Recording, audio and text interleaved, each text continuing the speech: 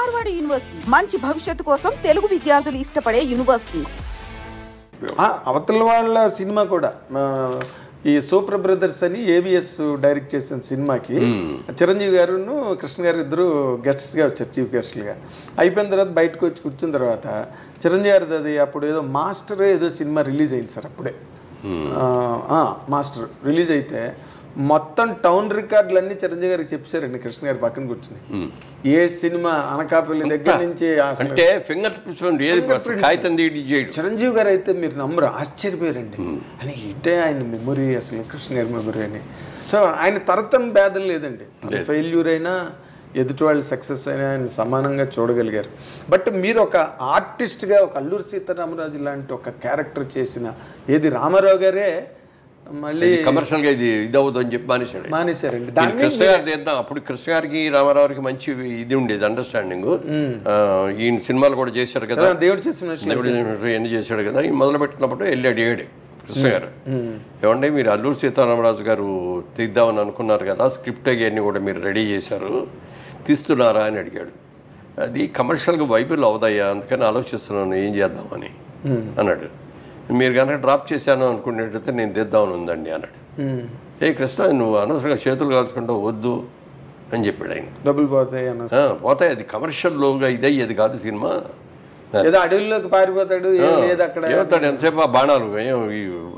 ఈయన యాక్షన్ సినిమాలో చేసాడు పెద్ద గన్లు మిషన్ గన్లు ఏముండవు, బాణాలు వేయటమే కదా అన్ని సార్. పెద్ద డ్రెస్సింగ్లు లేవు, డ్రీమ్ సాంగ్లు లేవు, ఏం లేవు. దానికి ఆయన ఏంటంటే సినిమా స్కోప్లో తీసేసి మొత్తం అవుట్డోర్ తీసుకెళ్ళి చింతపల్లి ఫారెస్ట్ల దగ్గర పెట్టేసి అందరు క్యాంప్ అక్కడ పెట్టేసేసి అట్లా.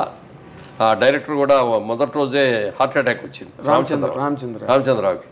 వస్తే ఏం చేయాలని తెలియకపోతే ముందు హాస్పిటల్కి తీసుకెళ్ళిపోండి, వైజాగ్ అక్కడికి తీసుకెళ్ళి ఇది చేశారు. అప్పుడు అక్కడ దగ్గర కానీ అక్కడ చేసి వెళ్ళేటప్పుడు రామచంద్రరావు మీరేం కంగారు పడకుండా వెళ్ళండి, ఎవరిని మీరు చేసుకొని మీరే తిరిగి వస్తారు, మీరు తిరిగి వచ్చేవరకు నేను డైరెక్ట్ చేస్తానండి అన్నాడు.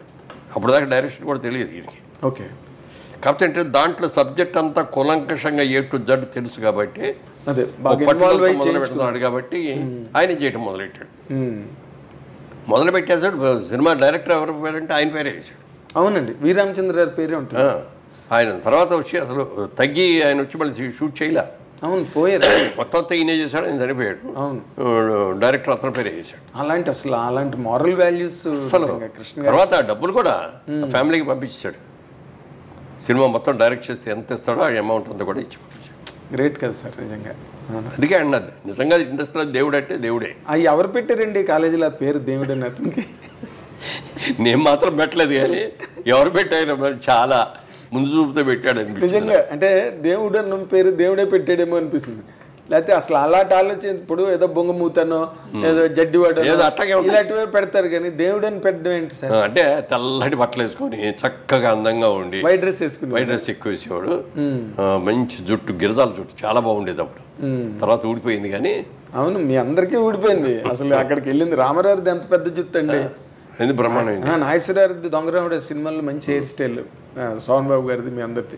కానీ బట్ ఆ విగ్గులు పెట్టేసి రిఫ్లెక్టర్స్ ఆ విగ్గులు పెట్టంగానే ఏమవుతుందంటే లోపల చెవట్లు పట్టేస్తాయి. ఆ చెవట్లు పట్టేసి దానికి అట్లాగే ఉండేటప్పుడు కూడిపోతాం. తర్వాత ఇంకోటి, ఇప్పుడు కృష్ణ గారికి రామారావుకి మధ్యలో రిఫ్ట్ రావడం, వాళ్ళిద్దరి మధ్య డిఫరెన్స్ ఎవరికి ఏమి తెలియదు సార్. ఊరికి అవ్వాకులు చెవ్వాకులు పేలుతారు సార్ బయట. ఏమండి అసలు ఏం జరిగింది సార్ వాళ్ళిద్దరి మధ్యన? అంటే యాక్చువల్గా నాకు కూడా దాంట్లో ఇన్వాల్వ్ కాలేదు నేను, ఎందుకంటే బట్ కొంతవరకు జెన్యూన్ ఇన్ఫర్మేషన్ అదే. ఇప్పుడు ఈయన కూడా సినిమా చేద్దామని అనుకున్నాడు రామారావు గారు. ఆయన అప్పుడు ఇంకా మొదలు పెట్టలేదు అనుకుంటా, ఆయన కూడా లేదు, ఆయన స్క్రిప్ట్ వర్క్ ఇదంతా జరుగుతుంది. ఈ టైంలో ఇతను మొదలు పెట్టాడు. మొదలు పెట్టినప్పుడు ఆయన పౌరుషం వచ్చింది. ఏంటి పౌరాణిక క్యారెక్టర్ నేను చేయాలి కానీ కృష్ణ చేస్తే ఎవరు చూస్తారు అని చెప్పి ఈయన సైమల్టేనియస్గా మొదలుపెట్టి నెల రోజుల్లో సినిమా తీసేసి రిలీజ్ చేశాడు. ఆయన పెద్ద హిట్ అయిపోయింది. ఏది? ఎన్టీ రామారావు సినిమా దానవీర సూర్కర్. అవునండి, అవును. అందులో 4-5 క్యారెక్టర్లు చేసి ఆయన డైరెక్ట్ చేసి, అది చాలా భయంకరమైన ప్రయోగం సార్ అది దానవీర సూర్కర్. ఆయన కాబట్టి ఈయనకి దేవుడు అని పేరు పెట్టారు. ఆయన పూర్తిగా దేవుడు నిజంగా దేవుడు, దైవాంశ సంభూతుడు, 100%. దానిలో డౌట్ లేదు. కృష్ణుడు వేసినా కృష్ణులాగా ఉంటాడు, దుర్యోధనుడు దుర్యోధనులాగానే ఉంటాడు, రావణాసురుడు ఇస్తే రావణాసురుడులాగానే ఉంటాడు. బాబాయ్ మైండ్ బ్లోయింగ్. అంటే నార్మల్ గా ఆయనకి దేవుడు అని పేరు పెట్టారండి మీ కాలేజీలో, బట్ ఎన్టీ రామారావు ప్రత్యక్ష దైవాంశ సంభూతుడు. ఎందుకంటే ఆయన కృష్ణుడు గెటప్ మాయాబజారులో చేసినప్పుడు ఇప్పుడు ఇది వచ్చేది విజయ్ చిత్ర మ్యాగజైన్ గుర్తుంది కదా, కలర్ ప్రింటింగ్. అప్పట్లో కలర్ ప్రింటింగ్ ఉండేది కాదు, అది ఒక్క మ్యాగజైన్ కలర్ లో ఉండేది. అవునండి. దాంట్లో సెంటర్ స్ప్రెడ్ లో రామారావు గారిది ఈ కృష్ణుడు గెటప్ వేశారు. అది చూసి అందరూ థ్రిల్ ఫీల్ అయిపోయి ఎవరికాళ్ళు దాన్ని జాగ్రత్తగా ఓపెన్ చేసి ఫ్రేములు కట్టుకొని ఇళ్లలో తగిలించుకునే వాళ్ళు కొంతమంది, దేవుడి గదిలో పెట్టుకునే వాళ్ళు కొంతమంది ఇప్పటికే ఉన్నాయి కొన్ని ఇళ్లలో. అవునండి. కృష్ణుడు గెటప్ అన్డౌటెడ్గా మొన్న ఎవరో వాళ్ళు లేనిపోని కాంట్రవర్సీ లేపి ఎన్టీ రామారావు విగ్రహం, ఇప్పుడు చాలా చోట్ల అల్లూరి సీతారామరాజు విగ్రహాలు మీరు గమనించండి కృష్ణ గారి లాగా ఉంటాయి. అదే అంట. ఆడు కూడా మనిషి కదండి, శిల్పి చెక్కేవాడు కదా, ఆడికి ఒక ఆనికి కావాలి కదా ఎలాగని.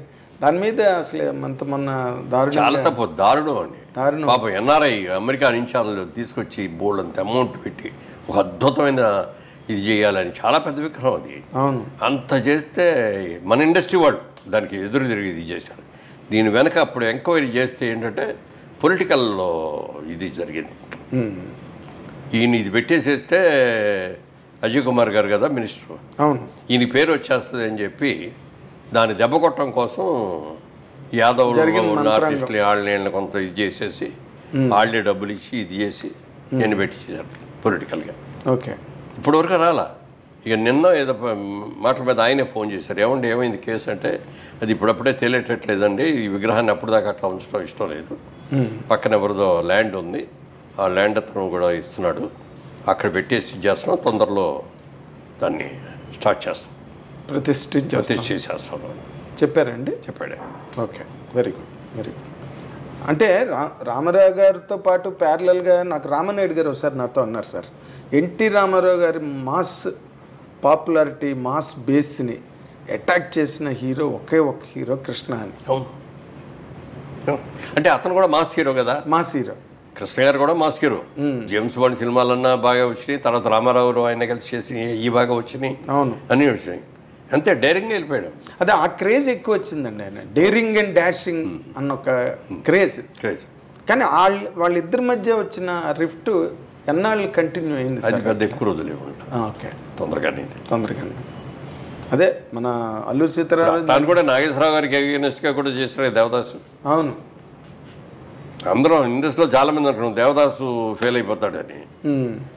ఆ సినిమా కంటే ముందేమో పాత దేవదాసు రిలీజ్ చేశారు, అది 100 days ఆడేసింది. అది కూడా అంటే ఇప్పుడు మనం మాట్లాడితే ఏదో మన ఇండస్ట్రీలో వ్యవహారాలు కాబట్టి, కానీ అది కూడా ఏదో ఒక పాలిటిక్స్ చేసి దాని నాగేశ్వరరావు దేవదాస్ రిలీజ్ చేశారు కృష్ణ గారి మీద అని ఒక టాక్ నడిచింది. ఎవరో కొన్ని రైట్స్ తీసుకున్నారు, అది తీసుకొని చేశారండి.